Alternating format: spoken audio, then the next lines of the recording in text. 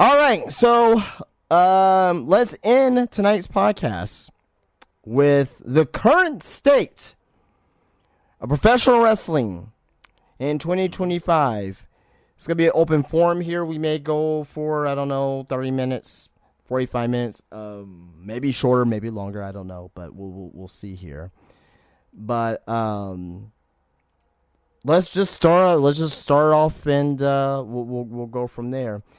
RJ, I'll ask you first. Mm-hmm. How do you currently feel about professional wrestling in 2025? Very bored with it.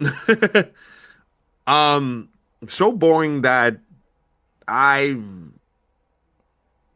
haven't done any shows on the regular.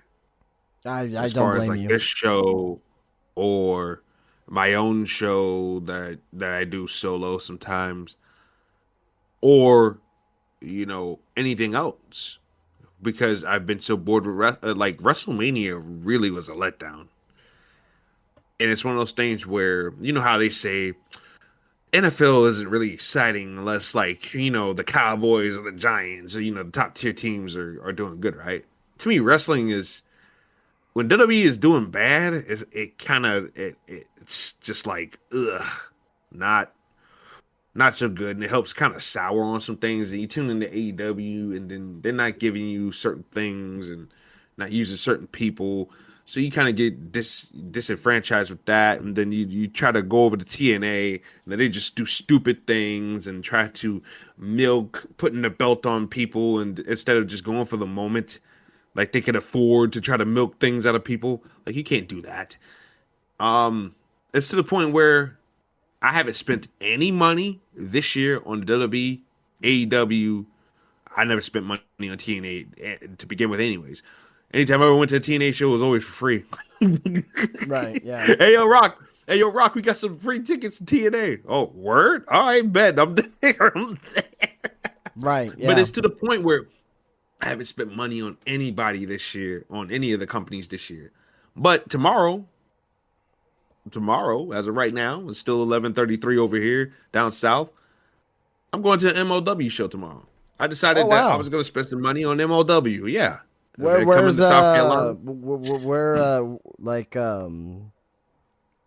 I know you're in South Carolina, but are they gonna do you have to travel a little bit, or is this coming straight to your city?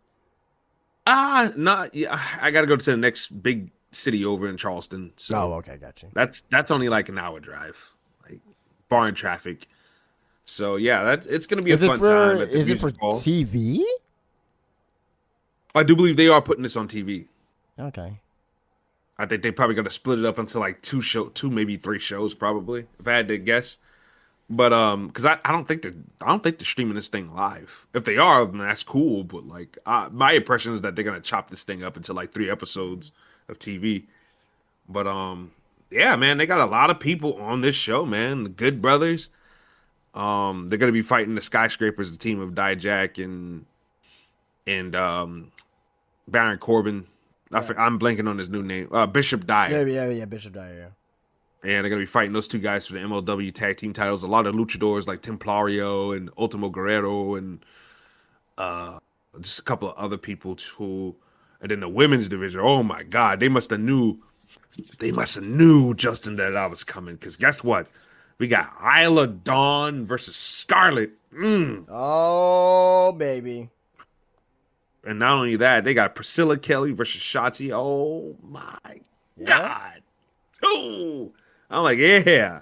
Hell yeah. And then we got Max Kruger versus Brock Anderson. It's going to be interesting to see how ready Brock Anderson is for a spot like that. Right. So I'm definitely going to be keeping my eye on him because remember a couple of years ago, he was pretty awful. And it's kind of crazy. He looks like his dad already.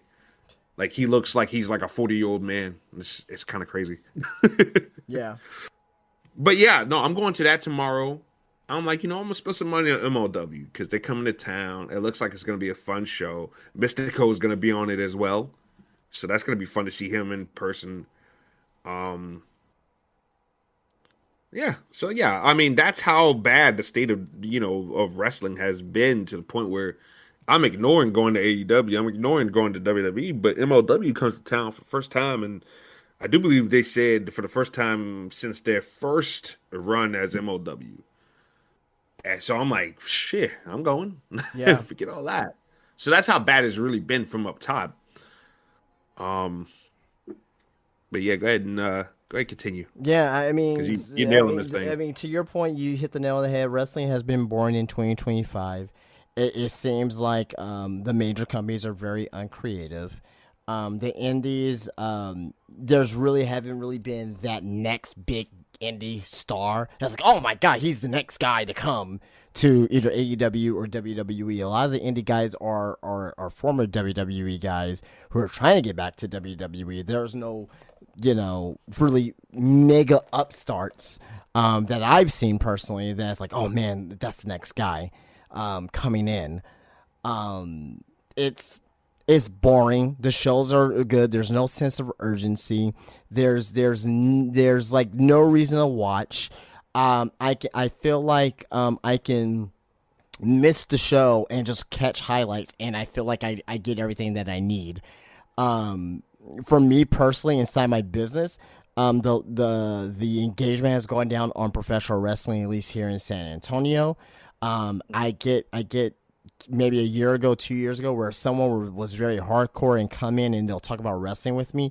Now I barely see them, and when they do come in, they're like, it's okay. It's not like, oh man, like, did you see Raw? Did you see SmackDown? Like, oh my god, like, so it's very, very meh right now in the world of professional wrestling in 2025.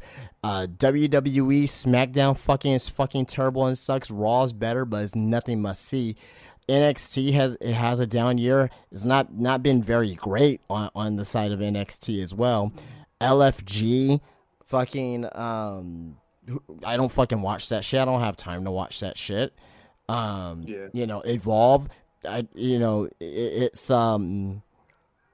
It's harder to watch Evolve and care about it. I got download Tubi and like I don't give a fuck. Okay, I don't really care. Even though there is some great talent down there. Don't get me wrong. It just is what it is on pro wrestling in 2025, and that's the way it is. So that leads me to my next talking point.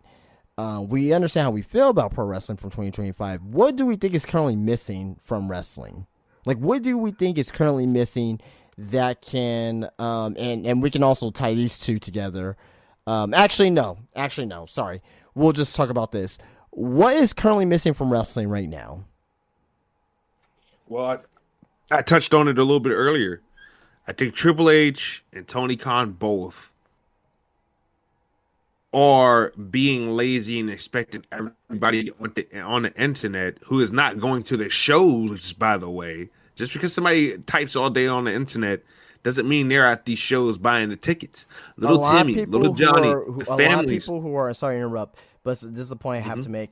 A lot of people who are on the internet complaining about these shows, they don't spend money on wrestling. No, they don't. What they do is they steal.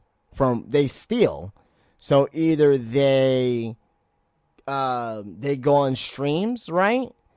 And they don't pay for these shows, or believe it or not, VPN. To me, VPN is a form of stealing. To me personally, right? It's a way around the system, right? If you want, I'm not saying, I'm not trying to be holier than, I'm not trying to be a saint here or anything like that. But if you find a way to watch a pay-per-view for cheaper on Netflix versus buying ESPN, go for it. I don't give a shit. Do what you want. It's your life. But to me, it's a form of stealing just because of the fact that that's not the intended way of what these companies want you to watch these shows at. So these people online, they're the silent majority to me. But I'm sorry, continue. I just want to get that point out there. Yeah, and and I was getting ready to hit that point too. They need to stop confusing people that are bitching on the internet for people that are actually buying the tickets. Sure. For all the people that are crying and upset that DPW is going on hiatus, You're not putting the money in their pocket. All you motherfuckers are whining on the internet, but you're not dipping into your pockets to pay to see these things that you supposedly love. You know what I'm saying? Like it gets on my nerves. Yeah. I go to the shows. Kyle, I know you go to the shows. Yeah. Yeah, Like, yeah, I know Kyle. Yeah, Kyle is very active in going to these shows, yeah. yeah, like we're dipping into our wallets. Some of us buy the shirts, the games, the this, that, and the other, right? But a lot of these motherfuckers, I'm not doing it. I'm not paying for this. I'm not paying for that. I'm not dipping into my wallet. And shut the fuck up, because you're part of the problem more than you realize. And I just think that Triple H and them need to stop booking for people on the internet and book for the people that are there at the shows. Yeah. Case in point, Little Timmy and Little Johnny, once again, and for those who don't know, that's just me being sarcastic about your children names. They don't know who the Motor. You want to know why the Motor City Machine Guns come out and get no reaction? Because Little Timmy and Little Johnny don't know who that is. Yeah. They don't know who Chris Sabin and Alex Shelley. We know who that they are because we grew up on them. We watched TNA, Ring of Honor, wherever else they've been at. We followed their careers. We know who these guys are. But Little Timmy and Little Johnny, who are 5 years old and only know WWE and nothing else, they don't know who this is. So, Daddy, who is this guy? And the dad, he probably doesn't know who the fuck they are either, because he's like, oh, well, shit, here. I'm here to take you guys here to wrestle. And I don't know who the fuck that is either. But Triple H has not shown us a video package at all on the Motor City Machine Guns. They've been here for over a year. They have relations with TNA, and they have not used any of their video packages. No excuse not to put one together, because you just said that. No excuse not to put a video package together telling their story career. The only thing Corey Grace says, there's your favorite tag team. Okay, but tell us why. Show us why. Yeah. There's a lot of talking and not showing. Like Maxine Dupree was talking about yesterday, how she trained for a long period of time to get to this moment. Where's the training montage? Where's the push-ups? Natty stepping on her feet and her doing push-ups. Where is that? I'm not seeing any of that. Show me a video package. Don't tell me, show me. Show me what these people are doing. You know what I'm saying? There's a lack of that. There's a lack of introduction. They assume everybody watches NXT. Not everybody. NXT's ratings are okay. They're doing better than what they were on USA, but people are not. It's not an overwhelming amount of people that are watching NXT like that. You know what I'm saying? So we have to start doing introductory promos and video packages for these people we're calling up. Lash Legend you can get away with Lash Legend showing up, or Tonga Loa, because they're freaks of nature, right? They're not. Lash Legend is not your average woman on that roster. Besides Nia Jax, there's nobody that's Lash really Legend is bigger. not like most girls, apparently. Yeah, she's not like most girls, like literally, like she's a tall, statuesque woman.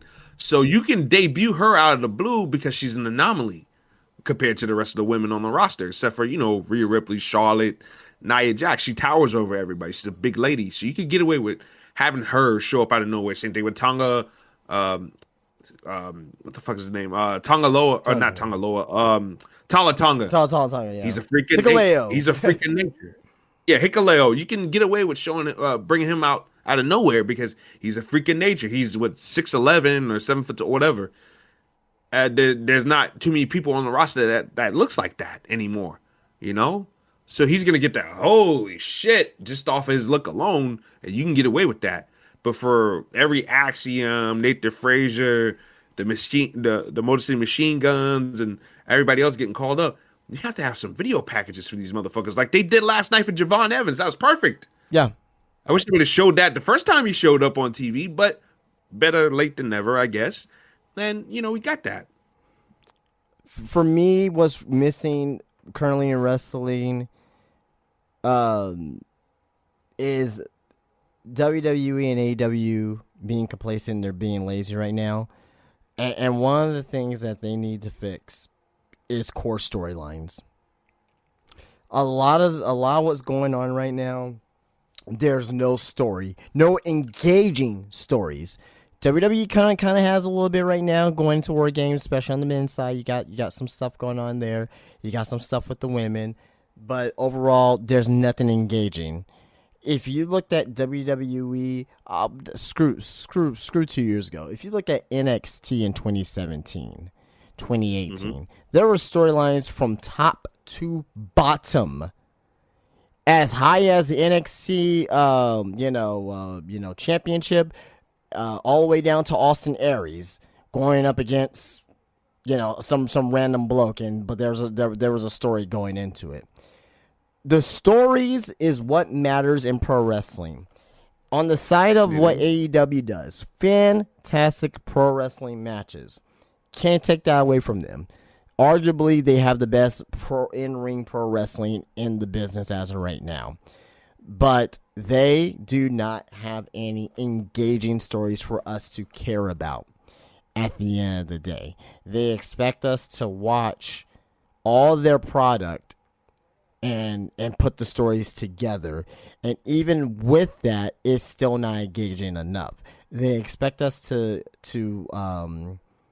like what they put out on TV as far as on the story side aspect. They say, yes, we do have stories. Maybe according to you, but not according to the casual wrestling fan is what you should be getting right now. They don't have the stories that's engaging. WWE, forget about it. New Japan, I don't even know what the fuck they're doing over there as of right now. Like it's we've been covering that a lot on the Dragon Chronicles lately because the person I do it with, Jackson, he watches a lot of New Japan and stuff like that. Yeah. So we've kind of been breaking it down a little bit, kind of following what's been going on because both of us are Takeshita fans. We're trying to follow his title run. They're trying to make new stars, like they're trying to make this guy Aaron Wolf a big deal. Yeah, I'm aware of him. Yeah, but so, to me though, even with like New Japan, like 5 years ago or even 6 years ago, right? If you're not watching it fully, you're aware what's going on. Right. Like you're somewhat aware of what's going on over there, and like, oh man, Okada and Omega, they're starting their feud, or wherever the case may be, right? It's it's nothing. It's nothing. So, that's why I feel is missing from pro wrestling in 2025 is the stories and the lack of engagement in stories and the lack of engaging stories. Brings me to the next topic here, and we'll talk about both major companies here, but we'll first start off with WWE.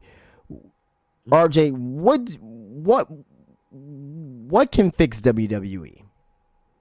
Like, what's the 1 or 2 or 3 things that you think can fix WWE going into 2026? Just more excitement up and down the shows. I think there's too much wrestling and not enough pizzazz. Too much wrestling on WWE. Okay. Too much. It's like it's too much back to back. I think we need to put a shine on character development. I think that is missing big time. Because if you're not Dominic Mysterio or the Bloodline, it seems like, or the Judgment Day, you're not getting any character development. It doesn't feel like to me. Like they're the ones that are getting the video packages and this, that, and the other. And I feel like we need to start building up new stars because I feel like that's I'll just say just the Judgment Day in particular. I was saying not Judgment Day, just Dom Mysterio in particular. I don't really see character development from Finn and JD. Yeah, Finn and JD or Roxy and Raquel. Raquel, her character is not developing. Her in-ring work is developing though. That's two completely different things. Like, I don't want to get people confused. Oh, Raquel's gotten better. Yeah, from an in-ring standpoint. But is Raquel's character developed? No, hasn't. So, I think we need some more. We need some more character development there. It's not enough to put people out there in the ring and letting them wrestle. You need some stuff to make us want to root for them even more, or to want to see them get their asses kicked. And I don't feel like there's enough of that. I feel like there's not enough of ruthless angles going on. There's not a lot of attack angles going on. When was the last time somebody put a brutal beat down on somebody that was so terrifying and so dramatic that had consequences with it in the show? Not to write Roman Reigns off so you can bring him back for his 1 millionth return the next month. I mean, something that actually has some dire consequences to a current storyline. Like, let's say, for example, Finn Balor and JD McDonough fucking just wraps a chair around Dominic Mysterio's neck and stomps on it, right? And Dom's off TV for the next month or whatever. He comes back and gets his fucking revenge. Like, when was the last time that something like that happened? It's been a while. Besides, once again, writing Roman Reigns off for his 60th break for him to come back for the millionth time. Like, you know what I'm saying? Like, something that had dire consequences. It's been a while. It's been a while. It's been a while. And also, we need more diverse storylines. And what I mean by that is I'm tired of everybody being everybody's friend in WWE, only for us to know in the back of our minds that this is not going to last too long. I can't stand that shit. I hate it. Every storyline in WWE is working up to be a betrayal angle. Yeah, no, I don't blame you on that whatsoever. Yeah, for me in particular, I'll say this: WWE. It's a couple things. This is number one. WWE 2 years ago, especially in NXT in 2017, 2018, 2019. The great thing about that show is show flow. The flow of the show, and also the world building of the shows back then and even a couple years ago was way more dynamic than it is today. Today it feels like cookie cutter segment to cookie cutter segment to cookie cutter segment. It doesn't really feel that things are flowing. Not to say that it hasn't had its moments this year. It has its moments this year. But it just feels like we're going to do the bare minimum on Raw and SmackDown. Then when it comes to the pay-per-views or PLEs, we're going to give you 5 matches, and we may throw in a big moment for you, and people are going to eat it up. And the May is really, really strong. Right. So to me, they need to do a little bit more world building. How you do that? Mm-hmm. You integrate and have some of the wrestlers interact with some of the wrestlers that they don't normally interact with. Have Rhea Ripley interact with someone like a Roman Reigns. Why? Because it's world building. You got to actually have some of these situations where things care. You know why the Attitude Era and the Ruthless Aggression Era was so damn good? Not only because of the world building, because you had a lot of backstage segments, where if it's in the locker room, in an office, where you have, instead of a pro, I hate the promos in the rings for 15 minutes, 20 minutes, and everything happens. You need to have some of those same segments backstage, or away from the arena. When's the last time we had a huge segment away from the arena?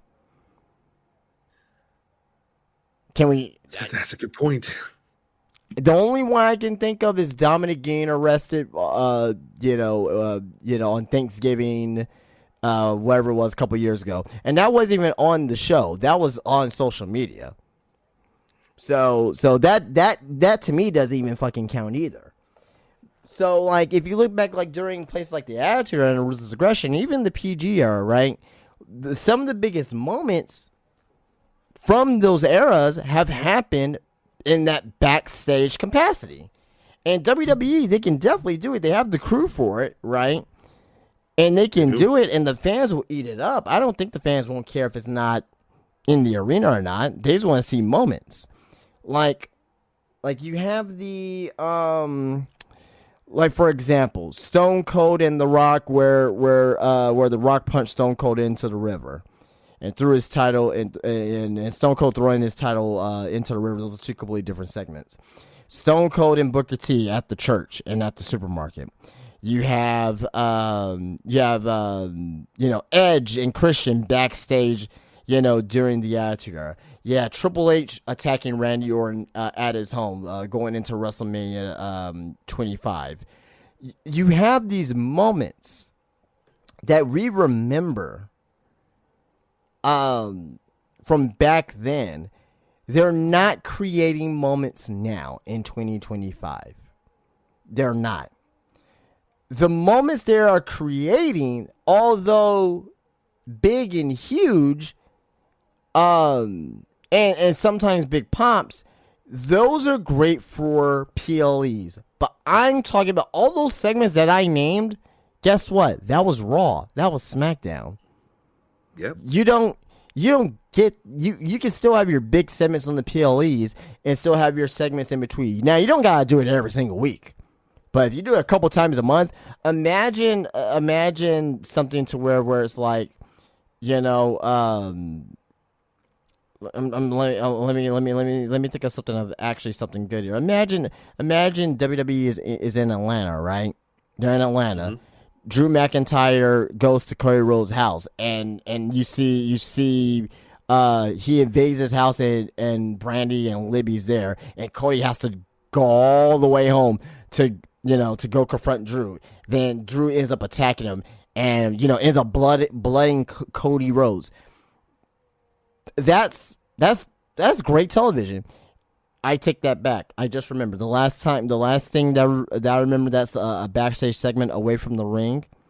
Not necessarily outside, not outside the arena. I don't want to be too technical here. The Rock at Cody's bus. Yeah. Mm-hmm. Outside of that, I can't think of anything else. Bronson Reed killing Braun Strowman outside. Yeah, that too. Lot. That too. That counts as well.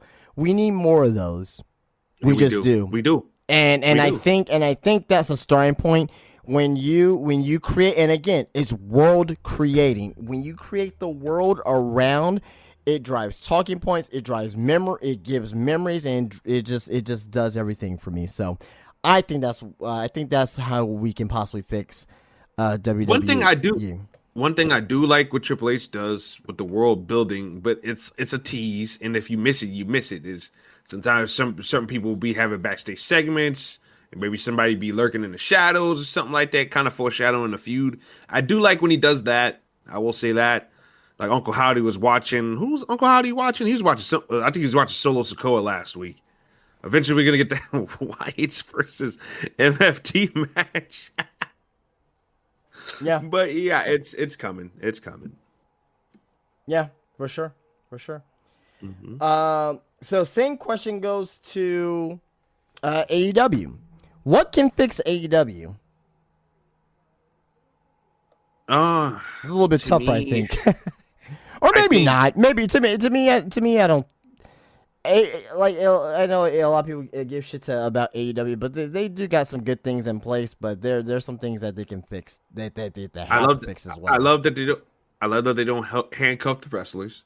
Right. I do love that, but I wish they would take it easy when it comes to the blood and only use blood when necessary. True. That would be one thing I would change about AEW. More introductory video packages. Just for people who do watch AEW but don't know anything about CMLL. This I know about CMLL, but I'm just saying generally. Let's make some more video packages and this, that, and the other. I think people like Tony and Mercedes kind of do it right with trying to have skits and promos and stuff like that. I don't know if I can necessarily hear Mercedes talk for a long period of time. Right. But yeah, I appreciate the initiative. I will say that. I think more wrestlers need to, follow suit and perhaps work on that talking game too, just to break up the monotony and the gluttony there.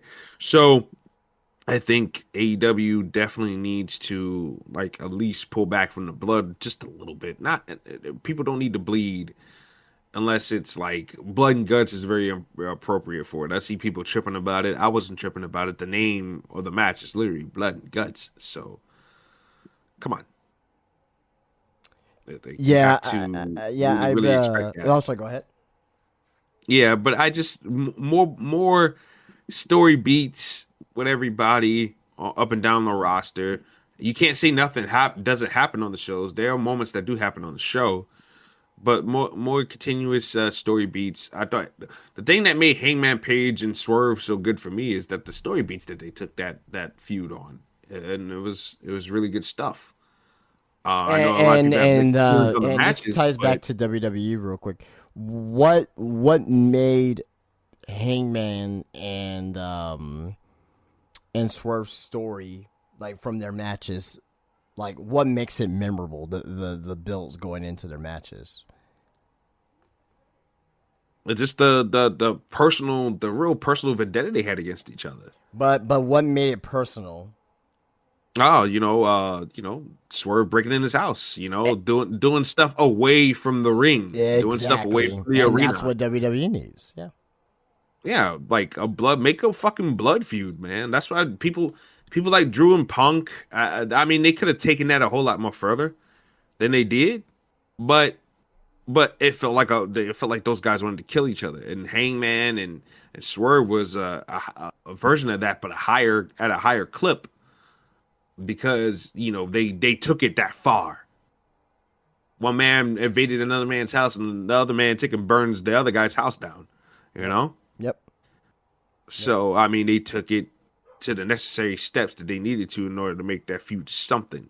Because it wasn't for a title. There was none of that shit on the line. It was just two guys trying to prove that they're the best, but it took a dark turn in trying to prove that they're the best. Yeah. For me, with AEW, what can fix them is simple storytelling, stories that matter on Dynamite. No one's watching Collision. If I'm Tony Khan, I will not have my major stars on Collision because no one's fucking watching it. If you want to throw like a championship match on there, Kyle Fletcher versus someone from like a lower mid card wrestler, sure, right? But and do a promo, going back for a major story, that's fine, right? But don't do major storyline elements on your secondary show that no one's watching. That's number one.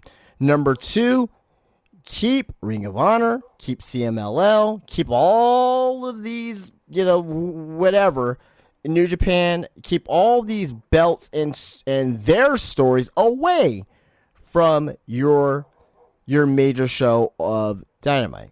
That's number one. I agree with that too. Same thing on WWE side as well. Yeah, no, I agree. That's number one. Number two, I agree with you about AEW not handcuffing the wrestlers. Also, at the same time, you need to let your wrestlers know, hey, this is TV. Calm down a little bit, because you want to know what, like, throughout the 6 years of AEW, you want to know what AEW's biggest kryptonite is? Injuries. Injuries because of what they do in the ring every single week. Will Ospreay has a fucking broken neck. He had to get surgery. He's not going to be back until mid-2026. Or maybe a little bit before that. And that's even pushing it, to be honest. Yeah. I think a broken neck, he should be out for a year. But that's just me personally. Yeah. Especially I think given his style. said, I just heard a report today that he may be back by June, possibly. Especially with his style and how he does, and it's Dave Meltzer. Yeah. It's Dave Meltzer, man. Dave Meltzer is these 5 stars and all this other, and that gets in these guys' heads, and they go balls to the goddamn wall, and to prove that I'm Dave's favorite wrestler. Like they be going hard for this dude. You heard what Britt Baker said. Oh, Dave is gonna have to really give that one 5 stars, or her blood just dripping down her fucking face. Right. That's all of them back there. I'm pretty sure all of them are thinking the same thing. Oh, Dave has got to give that 5 stars, right? Yeah. Because of what I did tonight. So it's all that stuff is coming up to catch him, and Osprey's got to be very, very careful because a broken neck. I mean, my God, like that's pain for a lifetime too, especially if the surgery is botched. Yeah. Yeah. Or he continues to do what he's been doing with going as hard. My friend said he's going to end up in a wheelchair one day. And this was a long time ago when he was taking those horrific bumps on the apron in New Japan and this, that, and the other. Yeah. My friend said he's going to end up in a wheelchair, like Dynamite Kid. I'm like, wow. Do you think that Tony Khan needs to step down from booking? I think Tony Khan needs he needs a Pat Patterson, or he needs a right hand man or something like that that's gonna challenge him, right? Because I feel like that's the part of the problem. Everybody says Tony's nice, but nobody seems to really challenge him and this, that, and the other. I think he needs somebody to challenge him a little bit.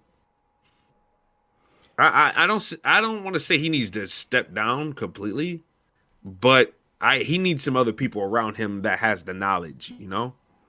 And he's got people. I agree. I agree with that. I don't think he should step down, personally, because there has been good ideas that he has done.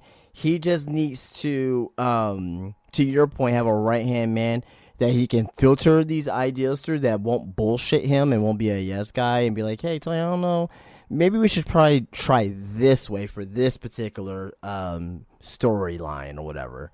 That's what I think.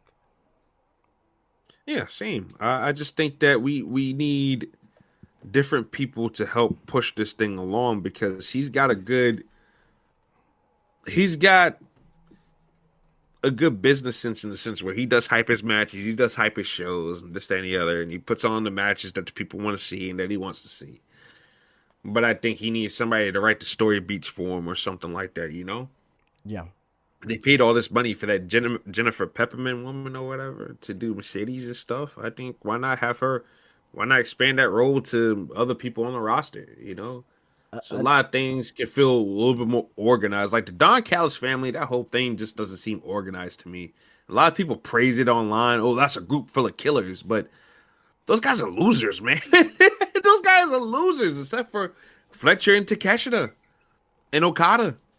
Yes, it's a jobber group for the most part, except for like a handful of them. Another thing that Tony Khan needs to get better at is, for sure, don't be afraid to push a certain wrestler and keep with a push. It seems like he kind of pushes someone and he forgets about him. His follow-up game is the weakest I've ever seen any book in the history of professional wrestling. He will have a good payoff for a storyline, right? But the follow-up is fucking horrific. Horrific. Like Wardlow and MJF. We could go through a whole bunch of names here. We don't have the time here, but we really don't have the time here. But yeah. But yeah, that's our thoughts on what we think can fix AEW. We got a few more topics here and before we end up here, but this should be a quick one. Who you think is the most important wrestler of 2025 at this point? You mean from either company or both? If you had to pick one wrestler, like in the world, who you think is the most important wrestler in 2025? It doesn't necessarily have they're the best, but just the importance to wrestling, and without them, 2025 will be like the drizzling, even more of the drizzling shits. Well, I think when you lay down the criteria like that, I think you have to go with John Cena, because I mean, to me, WWE handicapped and crushed themselves because it's John Cena's retirement, and without that aspect of it, a lot of the shit would have been boring this year. Especially for them. Cena's the stuff Cena has been doing. He's been the constant great thing about some of these WWE shows the last few months. The heel turn started off nice, and then there was no real strong follow up to it. It was just a lot of blah blah blah blah. But then when he turned face again before SummerSlam, ever since then we've been just nailing it out of the park as far as that is concerned. So to me, he's probably one of the more important ones. And AEW, like on the AEW side, a lot of their guys are down. The top guys are down. That's why the main event scene kind of looks a little weak right now. If Ospreay was still around, I would probably go with Ospreay. But yeah, he's a lifeblood and Swerve, or as my friends call him, Mister Put It in Reverse. They, a lot of these guys are really, really the lifeblood of the company, but they're out of the commission right now. Yeah. For me, I was gonna say John Cena too as well. But if I have to pick a second person, this may be very generic, but I'm gonna go with Io Sky. I think that she has been very mega important, not only to the women's division of WWE, but just to WWE in general. She has been the foundation of the company. To me personally, and she's also been, or at least she had one match. She had one match in Japan as well. For another company of Marigold, which that she had a great match over there too as well. So, I'm gonna go with Io. Moving on. I think it should be very quick here for this next topic. Is there too much pro wrestling in the market currently in 2025? I'll answer real quick. Yes. Way too much pro wrestling. And I think that's another reason why pro wrestling in 2025 hasn't been great, because there's so much to watch and so much to keep up with. It just becomes, you become overloaded with it, and it's too full. Yeah, and plus after a while, who are the wrestlers? Like, who are your top guys? Especially if you're talking about for the indie sake, you guys got to share talent. AEW has their own exclusive talent. TNA, for the most part, has exclusive talent. They have the partnership with the WWE. So, I mean, there's a lot of different factors and everything like that go on to really show how there's too much, but there's too much with a little out there. That's why another reason why I think a lot of these indie shows don't sell out all that well too. Like, who are you gonna get for some of these shows? Especially if you're going to some Hickville town or whatever. It's not just that too, but it's the wrestlers, what they're asking as well, what they're asking for as far as game as well. Yeah, of course that too, and you're bleeding these promoters dry. They're not the WWE, they're not AEW. Like, you gotta hustle. You gotta hustle. Like, see, if I was a wrestler, here's what I would do. My booking prices would be it'd be $500. Because here's the thing, right? If my merchandise is good enough, if my reputation is good enough, I can go in there and have a great match for $500 and do my own little personal meet and greet in the parking lot. Take pictures. Yeah. Charge maybe $10, $15 for a couple of pictures. Yeah. Sell merchandise, maybe underneath the table a little bit more cheap or whatever. Maybe $20 a t-shirt. I can make some extra money on the side. You have to hustle.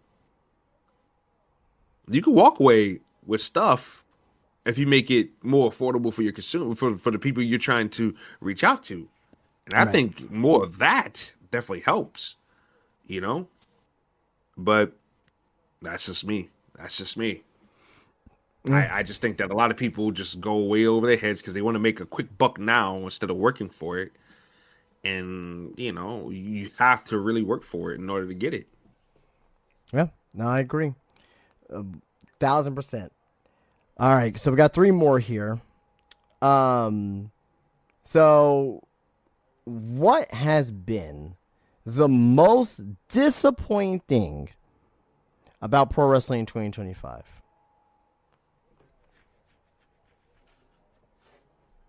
If you had to pick one thing that's the most disappointing thing in wrestling in 2025, what do you think it would be? I already know what my answer is. Well, damn it.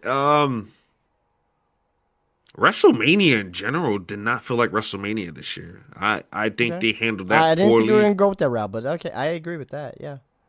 Yeah, I didn't feel like Mania this year. Another thing that disappointed was Cena's retirement. The Cena retirement should have been way more fun. I think the whole sporadic dates just killed the flow of it too. But I just wish they would have handled John Cena's retirement too a whole lot more better than they did. Of course, it's getting good now that he's on his way out, but like it should have been like this from the get go, you know? Right. Just nothing but fun and celebrating John Cena, his rivalries. Like I like the fact that he faced a lot of his rivals on the way out, but Cena barely gave any shine to anybody that's new, which I hate because that's how he got his opportunity, ruthless aggression. I just wish there should have been more. So, if I can say the two biggest disappointments was how they handled Cena's retirement and how they handled WrestleMania this year. For me, I'm gonna go a little bit further. Not necessarily Cena retirement, how they handled that, which I do agree with you on, but the heel turn. Yeah. The heel turn was a fantastic moment. We're never ever gonna forget that. One of the best moments in WWE history. The moment itself. Like Stone Cold turning heel too as well. Fantastic moment. We will always forget it. But what happened to both? Both of them ended up like wet farts. Cena way more. At least with Stone Cold, yeah, like funny shit with Kurt Angle and like, there was a story behind it with the alliance. Even though we didn't really love that story, but at least there was a vision there. They just did the moment. I partly blame The Rock for it as well because I still believe they was going to be involved in it in some fashion, and it just didn't work out for one reason or another. I think The Rock is trying to sabotage Triple H, but I don't know. But to me, there's something definitely going on there that's nefarious. Yeah, but to me, 1,000%. John Cena's heel turn, I think that's the most disappointing thing about wrestling in 2025 and the execution of it. So, moving on, second to last thing here. That was the most disappointing thing about wrestling in 2025. What do you think the best thing about wrestling in 2025 is? When I typed this down, I immediately had one thing in my mind. The best thing about professional wrestling. If you pick one thing in general, the best thing about professional wrestling in 2025. Fuck. I haven't overly praised anything this year, so it's just like I'm trying to think. Honestly, for me personally, and this is just my personal taste talking. The ascension of both Braun Breaker and Dominic Mysterio for me personally. Okay, that's fair. That's fair.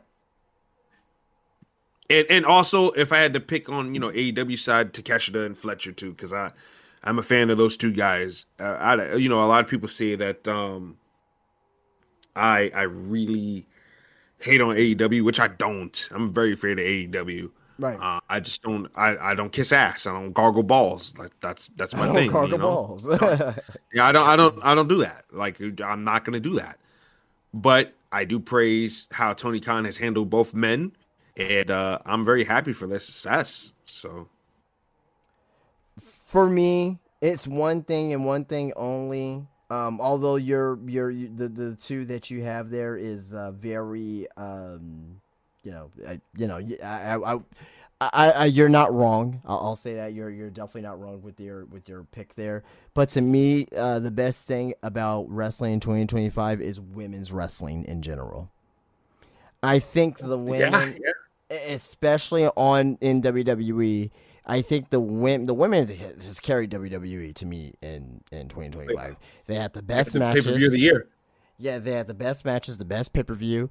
On the AEW side, you had no a fucking fantastic match between Mariah May at the time and Toni Storm.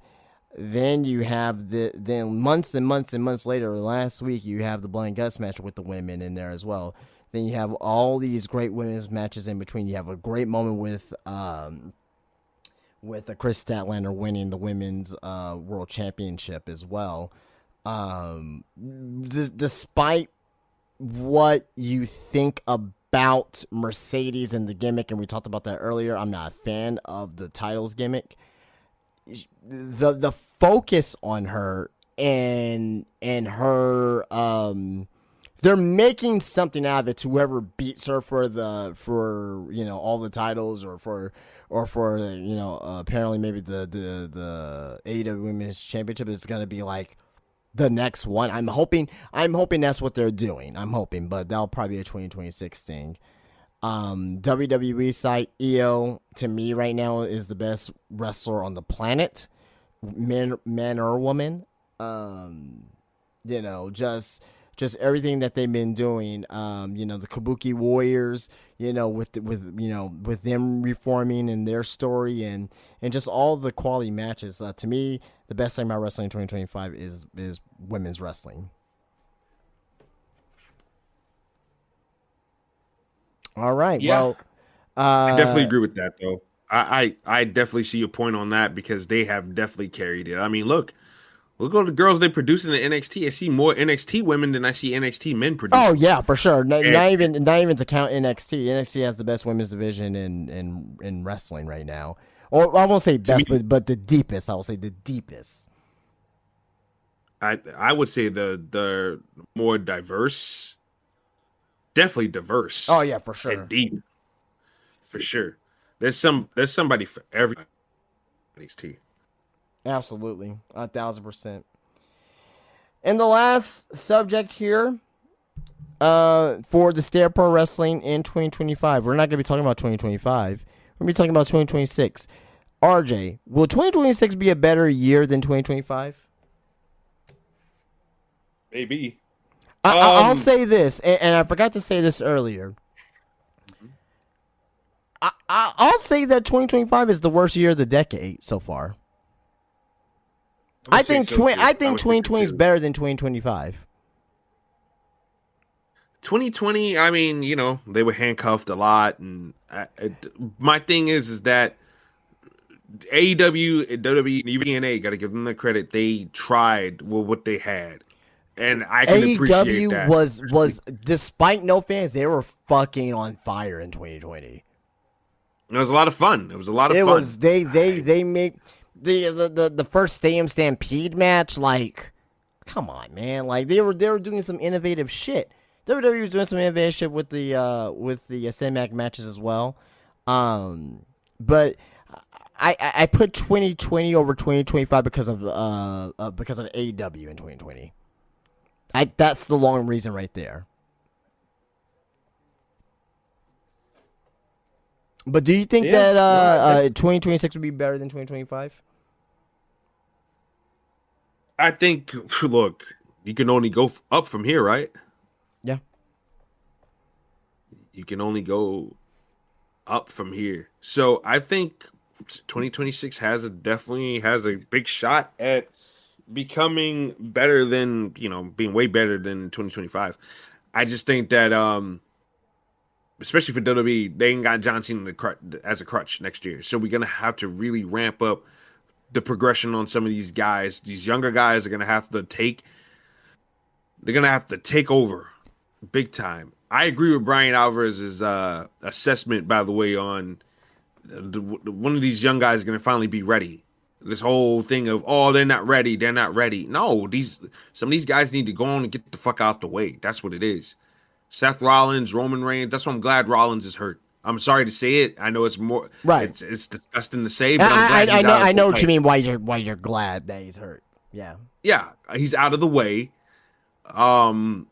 so we can finally get some guys to progress. But now, I mean, they had CM Punk to fall back on, but we need more guys that are going to step up and be the future of this goddamn company. Because guess what?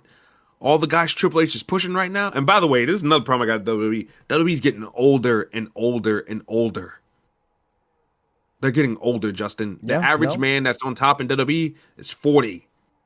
Yep. WWE needs to go, and that's what Vince was trying to do. But everybody's crying, oh, he cut Dakota Kai, and he cut this one, and he cut that one. It's like, yeah, because they're 40. He can't use them for the foreseeable future. Yep. You know what I'm saying? He's trying to prep for the future, and Triple H wasn't giving him anybody that. He was giving them guys that were kind of ready now, or this, that, and the other that he wasn't really impressed with. So, be gone. So, my thing is that we need to get younger, and that's one thing WWE needs to focus on next year, because Roman is not going to be around forever. Hell, he's not even around now. Brock Lesnar's not going to be around forever. He's barely around now. Cena's gone. Punk, he's doing it till he can't no more. Like, come on, we gotta start pushing new young guys. And I'm not just talking about just Braun Breaker. We need more than just Braun Breaker. You got more than Braun Breaker on that roster. Let's see it. Yeah, let's see it, and let's put them in the perfect positions for them to shine. A la letting them talk more, doing more vignettes with them. What makes them tick? Why are they doing this? What's their purpose for being here? Why do they want to be the champion? Why do they want to be on top of the biz? Give me a purpose as to why I should root for these guys other than my own personal investment in them already. Yeah. Give me something to sink my teeth into. And if WWE can do that, they will be back on track next year. That's the three things I want to see them do. Develop talent, tell more stories, give us good, let us get to know these wrestlers a little bit more better, and just push the future. That's what I need. That's what I need from them next year. If they can give me that, that'd be a great bounce back year for me personally. And AEW, just cut down on the blood, and use it for big moments.